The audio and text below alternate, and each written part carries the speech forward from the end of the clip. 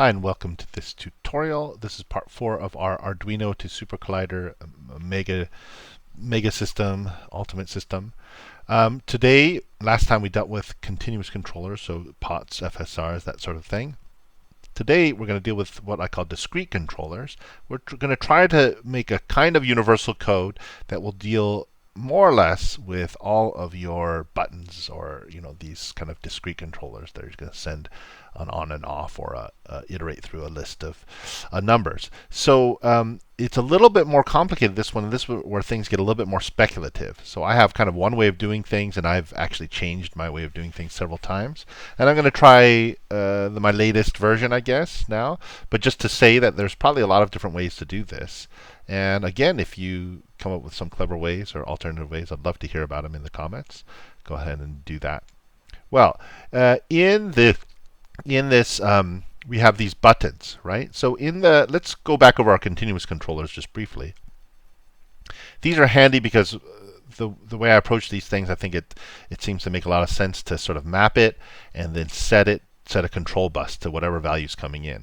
And then later on, you can just grab things from that control bus to set your synths and do various things. You just have to refer to that control bus. So it's a nice sort of linear system. It just goes through. Now, also, we added this feature where you can change the mappings, of course. If you wanted to use a fader that go from, say, 0 to 100, or 0 to 1, or 500 to 1000, whatever you want, you can just on the fly update these mappings, right? Now, the buttons aren't necessarily quite so straightforward. As you already noticed in our very sort of simple examples, they're doing kind of specific things.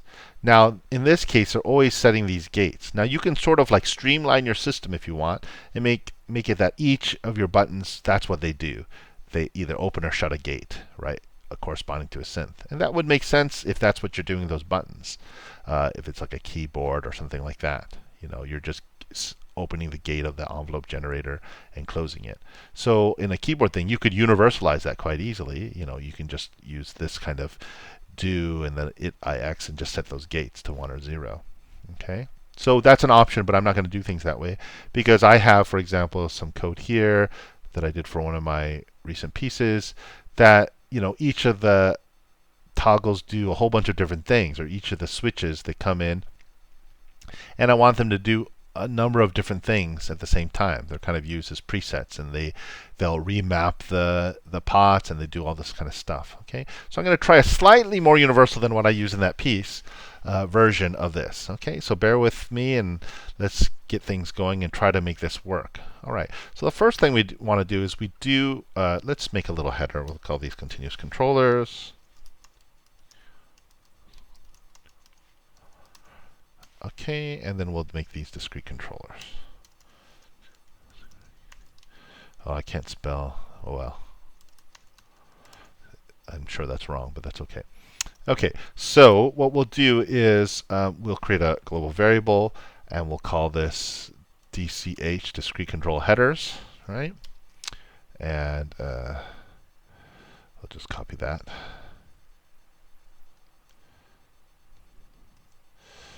Oh, it's driving me nuts. So, oh wow, it's not giving me, Mac is not helping me. Okay, discrete.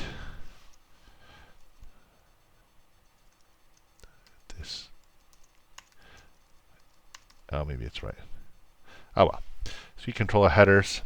Okay, and then we'll create again an array. Same kind of principle there. We will still create an array of symbols that will be our discrete controller headers. Again, my rig has 7 buttons, so it'll be B0, etc. Okay, B1, B, B2, B3, B4, B5, B6. Okay, so we have all our headers, and that's what's coming in for Arduino. I know that at least, so that's fine. And again, that's updatable, right? You can change that as you will. Okay, now what we're going to do is we're going to do a little, so this is where you start, it helps to be a chess player. This is where we start abstracting more and more levels of our data reference. So it's kind of keeping track of nested things within symbolic things. So we're referring to things within things, right? Arrays within arrays already. CCM refers to this array, which are the mapping values, etc. Okay, and we're going to go probably a couple levels deeper than that. It's not rocket science. It's just a matter of really keeping track of where values are being passed. And it's a classic sort of object-oriented programming. I don't want to call it a problem or dilemma, but it's just something you have to do because you're passing things within things within things. All right, so now let me introduce, and I've probably done this before, so you can skip this part if you already have it. But let me introduce dictionaries. Okay, so we're going to have what my approach now is to create a dictionary, which is like an array, except it's not ordered, and you refer to things by a tag or a symbol, usually a symbol, instead of 0, 1, 2, 3. So you can add things to a list of things, a set of things, and you can call them by, it's just like a database, a simple database. Call them by a symbol, call them by something. So I'm going to initialize a dictionary, call this B function dictionary, like the button function dictionary, for example. We'll probably shorten that name because we'll use it a lot. And then you see it's just an empty dictionary. And then I'm going to put at index symbol C, at C, I'm going to put the number 999. Okay, so if I put that there, you see it says C now corresponds to 999. So if I want to grab that value, I'm going to refer to it by same way you could do an array. I think there's a couple different ways to do this, but I'm going to do B function dictionary at C, and it should return 999, and you see that it does. Okay, so that's how that works. So it's a lot like an array, except it's not ordered, and you refer to things by the names you've given them, a database. Okay, now I've created this little do things just to load it up. I don't think we needed all this at fail stuff. I got carried away. But this will now load up. Did I evaluate the ABC? This will load up A, B, and C, and it'll put the number IX. It'll put 0, 1, or 2. And hopefully it did that. There. Oh, but I still have 999 at C. So 0, A is 0, B is 1, and then I still have 999. Okay, so basically that's the idea of dictionary. You can put things, and it's handy because we have those headers as symbols. So that's what I thought maybe a dictionary would be helpful. All right, and the idea behind this, now getting back to our code here, the idea behind this is that each time you push one of the buttons, you're going to want to run a more complex operation perhaps, and it can't be as streamlined as these continuous controllers. You're not just moving that data to a data bus, but you might be performing maybe a complex of several different actions. Okay, so in that case, we're going to run a function. I think that would be the most helpful thing, to run a function. So but what we'll do is we'll run a function. We want to tie it to these headers again as a kind of a master list. So we're going to create a dictionary that's going to hold each of the functions, but those functions are going to correspond to our list of headers. Okay, hopefully you followed that somewhat. So just as these is an index number 0, 1, 2, 3, we're going to use that 0, 1, 2, 3 all the way through in our continuous controller. So if we're dealing with controller P2, which is at index number 2, we're going to grab our mappings from CCM2. We're going to set control bus 2. Okay, now this is going to be more tied to, at some point maybe to the index number, but really to the dictionary based on the symbol. So let's create a dictionary, and instead of calling it that button function dictionary, we'll just call it BFD.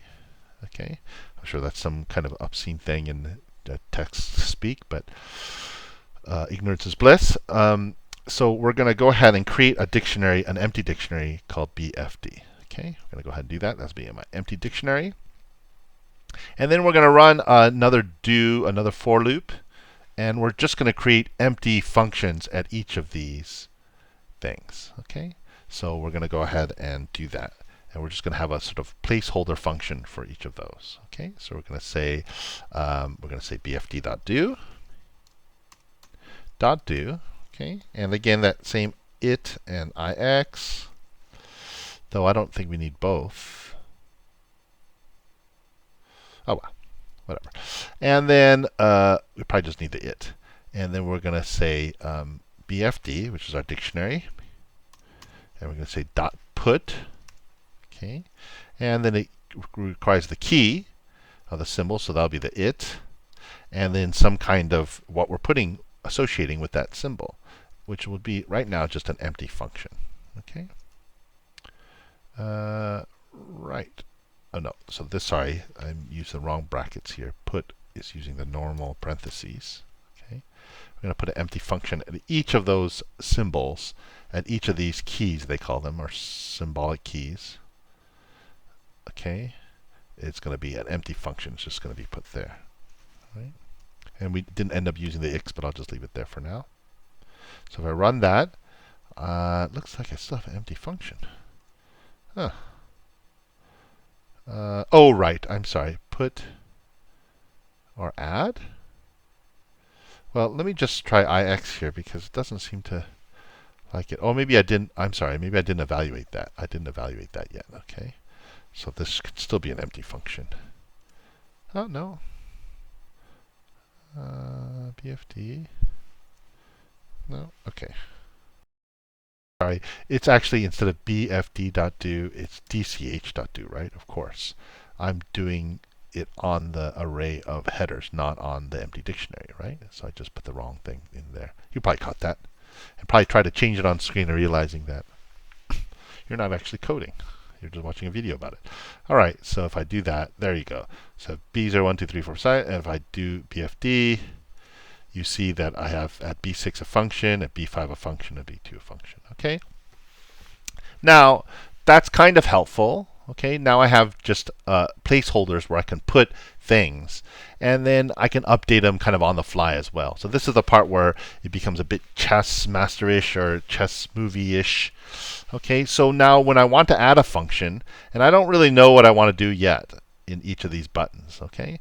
I don't know what to do, but I have now the capability of adding a function to each of the buttons, and then also changing it on the fly. So let's have a test or practice. Add function to buttons. Practice add function to buttons, whatever. Okay, so what we'll do is then we'll put a function. So we're going to use the BFD. That's our dictionary. BFD. We're going to dot put, or no, you know what we're going to do is we're going to do BFD, and it's accessed just like an array, except instead of putting a number 0, 1, 2, 3 in it, you put the key. So if we want to do B2, that's our third button, BFB B2, oops, we do it with a square bracket just like an array. If I evaluate that, it'll return a function because it's just an empty function. But if I want it to be equal, say, to 3, then now BFD, you'll notice B2 is now associated with 3, right? See, B2 is just associated with the number 3. Okay? But instead of B2 now, we'll nest this. This is where the chess part comes in. We'll nest this more so that we can change these if we want, you know, or we can reliably. Either way, I suppose you can just do this if you know these things aren't going to change. That might be a more simple way to do it, right? But also you can refer to it in terms of DCH and have that aligned on the index. So you can go DCH, the discrete controller headers, and you can go number 3. Okay, you can refer to it abstractly or indirectly, right? So DCH3 will be 0, 1, 2. I'm sorry, DCH2. 0, 1, 2. Well, I don't know. We were doing B3. Well, we'll just do B2. So DCH2 will be B0, 1, 2 will be B2, right? And that'll still be, let's make it 77. It'll still be 77. So B2 now equals 77, right? It'll still be B2, I mean. Right? So either way you can do it. B2, B3. Maybe it's easier if you just do B2. But let's comment. Well, let's just leave that. We don't need to even comment it out. We'll just copy a different version. Okay. So we'll have that. We'll have that. This will be B2 /B2. Okay. Now there we go. We can do that. Okay. But instead of 77, we can make a function. So what we'll do is we'll have it go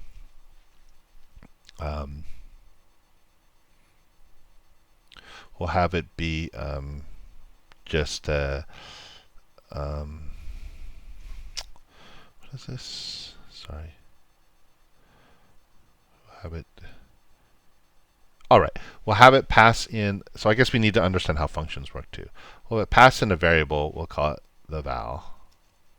Okay, and then we'll say val dot post ln. Okay. All right. So the way functions work, let's just very quickly go, and I'm sure you know this, so you can again skip this part. So you can have a equals a function, right?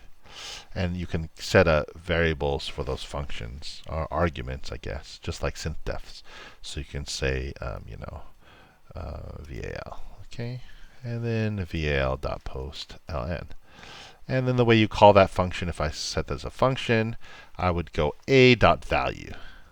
That would be the way to call that function. And then I would give it the argument, which will be that val. So I'll say 4, maybe a.value 4.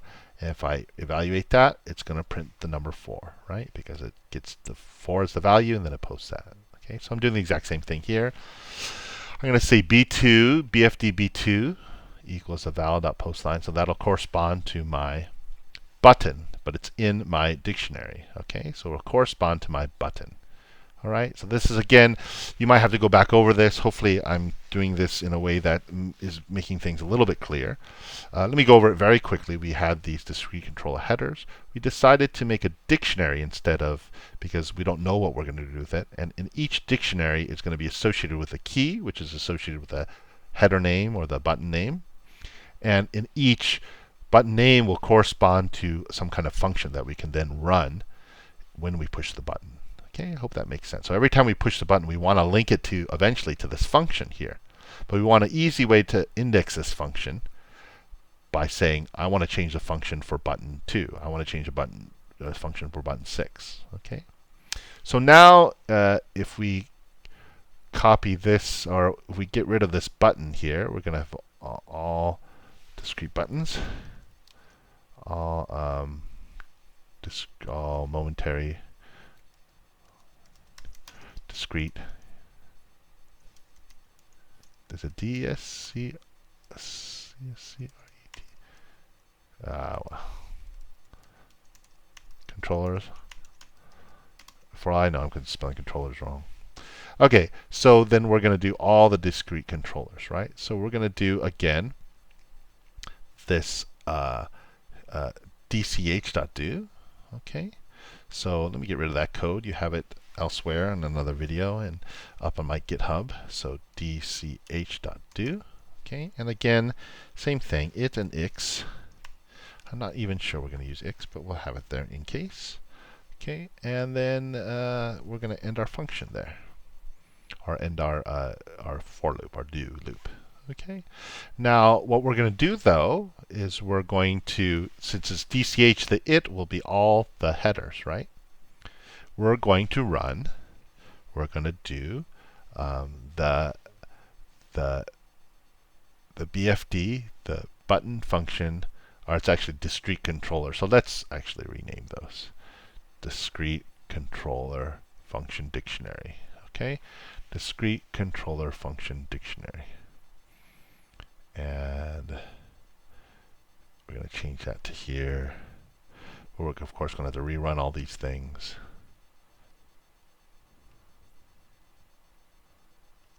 Okay, so let's go ahead and run that again. Run that again. Let's run that again, and run that again. Okay, so we'll really only have a function here for B2. The rest of them nothing will happen. Okay, but actually, you know what we could do is we could make this val.postLine. So we can make them all this function. Okay, but this shows you then how you can change individual functions. But let's go ahead and do that. Okay, and let's see what DB2 looks like. A function. Okay, and if we so then what we're doing now is we're going to run the function every time we push the button, the appropriate button. Okay. So what we'll do is we'll do the discrete controller function dictionary. Okay. And we look it up just like we do an array, except we're looking up the it, right, which is the header. Okay. So again, this is a chess kind of chess kind of thing. I was never very good at chess, but it's going to look up the header on DCH, which is the it, right? So that becomes the first iteration 0 will be B0, right? The second one will be B1, etc. That will be the it because, or whatever you put in, right? So B0, B1, etc., etc. So if you're using, I don't know, some kind of other kind of switch or something else, then they might have different headers in there. Okay, and you'll put those in there. So the header now, and then you're going to run its function. So that refers within the dictionary to a function, right? Which I showed you how to run, value. Okay, and then you have to pass it some kind of value, and we're back into this action, and we have these vals, right? So oh right, but we have to sort for this header. Forgive me, okay? So we have these values, but let's finish this. So we're going to pass it the val, okay, which is the thing coming in with that button, whatever value that is, okay? Right, and that's it. Okay, but of course, what we need to do here is we need to sort the headers, okay, and then pass that particular it in. We don't want to run all of them all the time, right? So, or do we need the if? Let me think about this first of all. So this is going to set every action. If we push the 1, it's going to send in, every time we get in, it's going to run through all of them, and it's going to compare, is it? Oh, it's going to do all of them, okay. The value is going to add the value to all of them. So no, we need to split. But I'm wondering do you think if we change the if statement before, it would be more efficient and then iterate through? No. No, because we have to compare all the headers to the header. So we do have to compare. We're going to do see it at the if. Sorry. Run all the functions every time we get a thing. That's what we don't want. So we are going to have the if statement here. So we only want it to run the function of the button that's come in, right? So we have to say if, same thing, header is equal to it, right? And then we'll run this discrete function, right? And then that is the close of the if. Okay, so if the header happens to match that, then we're going to go to this dictionary and look up the function at that particular header, and then we're going to run that function val. Okay, hopefully that makes sense to you. Hopefully it works. Oh no, I just had to reinitialize everything. So now it's all running, everything's going. So I presume if I push one of the buttons, yes, it's going to print the value of that button, right? And oh, we have this extra toggle thing which we don't really need. So if we just evaluate that again, everyone's just going to be 1, 0. I suppose we could also print the header name, so we can do dcval.postline. Or we can just pass in. We can pass in, say, an array or something, whatever we want. So right now it's just a simple val.postline, but let's say we pass in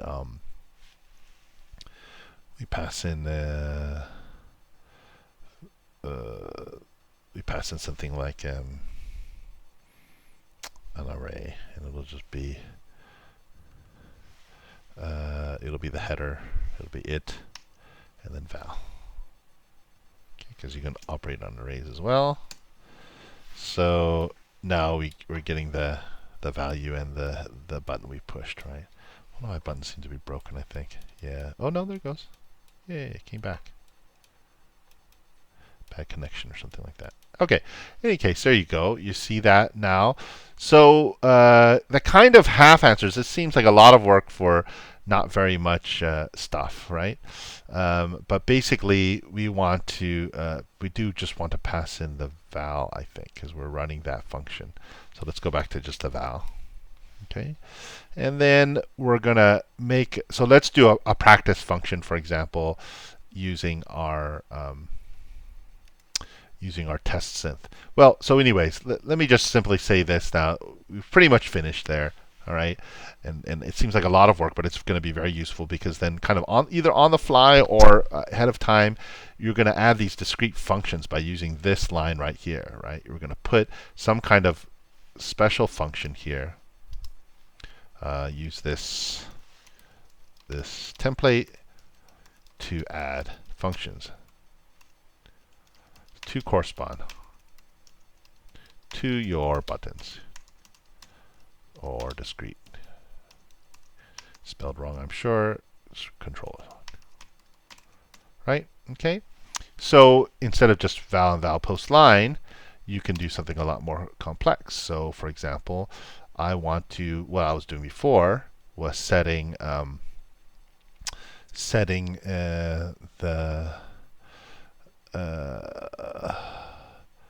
gate on this, right? So I was set gate to, and then we'll just make the value. Okay, so instead of just printing out, we'll set it to oh no, sorry. This goes here. Let me post the print. Let's paste that in there. This actually goes here. This is putting in. These are putting in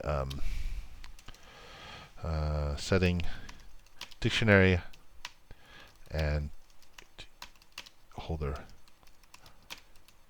Okay, so those are just holder functions there. This is the template we're going to use. Okay, so we're going to set button 2 to actually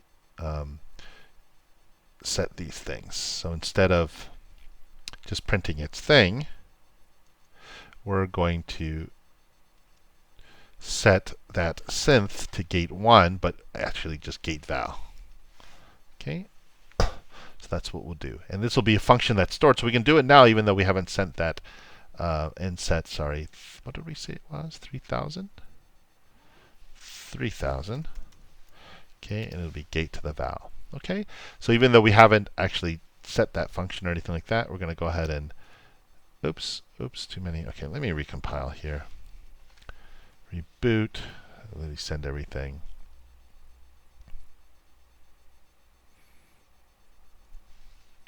And then let me send this here.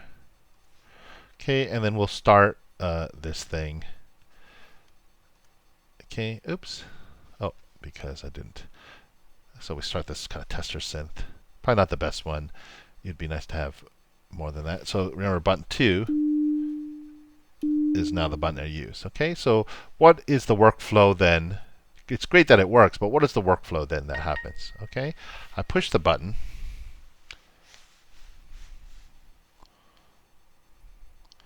And push the button. It comes in through here, through our action, right? Every time something gets some data, it comes in here. It gets split here. We might as well be very thorough. It gets split, so I'm getting a message in that says B2 colon, and when it's pushed, it'll be 1. So header becomes B2, val becomes 1, right? Then it's going to do this DCH do because it's going to do CCH do and DCH do, but it's going to stop here because it is the header wouldn't be equal to any of those continuous controllers. And then DCH do, it's going to go through all the headers here, all these DCHD's headers, okay, and it's going to say, does that header equal to the it, which is passed in. So this is my header that's coming in from Arduino, which is B2, matched with the it. So when it gets to it B2, it says yes, and then it's going to look up this in this dictionary B2, and then it's going to run the function at index B2 or at key B2, and that's how you run this function, dot value. But you're going to run it with the val, with the actual 1 that's coming into the button. You're going to pass that val to your function. And we have this dictionary of functions. In most cases right now, at least initially, it's just a post line. But in this one, we've set this particular B2 function to pass a value, pass that 1 in, and it's going to set node 3000 to its gate argument to that value 1.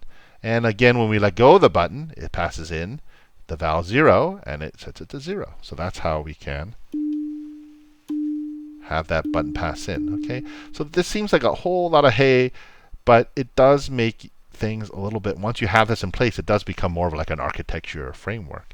And it takes care of all your discrete controllers. And then we're going to do the same thing with the toggles. We'll go ahead and add that in. It'll take care of all those controllers. And when you want to do a complex function, and assign it to a button, you just do this sort of thing. Well, I want assign to button 4. And then you write this long 4-page function, and you say, okay, I'm going to assign that function to button 4. Okay, that sort of thing. Okay, so hopefully that helps a little bit. I gone through several iterations, so there's, like I said, it's a bit speculative in the sense that there's a number of ways to pass this information in and do various things with it. This is the choice I've made. Perhaps you can have a better choice or a different choice, but I think it works pretty well, and it's pretty flexible. And again, you can change these things on the fly, and you can change those functions on the fly. Eventually, it's because often I use buttons as kind of a preset kind of thing, where what I'll do is I'll push a button, it'll start a process, some kind of synthesis process, but it'll also reassign like all the faders according to the arguments in that synth-def. It'll remap everything, so you can do that. It'll remap things on the fly, so you can push one button and then have everything sort of configured to that one process, and then push another button and it'll be a different kind of process. It'll be different kind of synthesis or different synthesizer, live processing, and then it'll reset all your other controllers to deal with that one thing. Okay, so you can have even maybe one toggle button that toggles through all your processes. But every time you do, you're going to want to run a different function. You'll run a function that will do all those things. So perhaps B2 is a preset, but say B3 then becomes like this, a gate function. Okay, then you'll have to reset which node it's gating, that kind of thing, with your B2, with your preset function. But we'll get to all that. But this is a nice, flexible sort of, but also very very open and comprehensive. Like it'll hopefully be a container that can hold all the various things we want to do with our buttons. Okay, so I hope that wasn't too confusing, and hope you enjoyed. If it was, I would encourage you to just go back over the stuff and see if you can get it a second time through or a third time through, if you're not terribly sick of listening to my voice, which I'm sure you are. But I think this is very useful, and it's stuff I use, and I think it'll be good. Okay, well, good luck with that. I won't belabor that too much.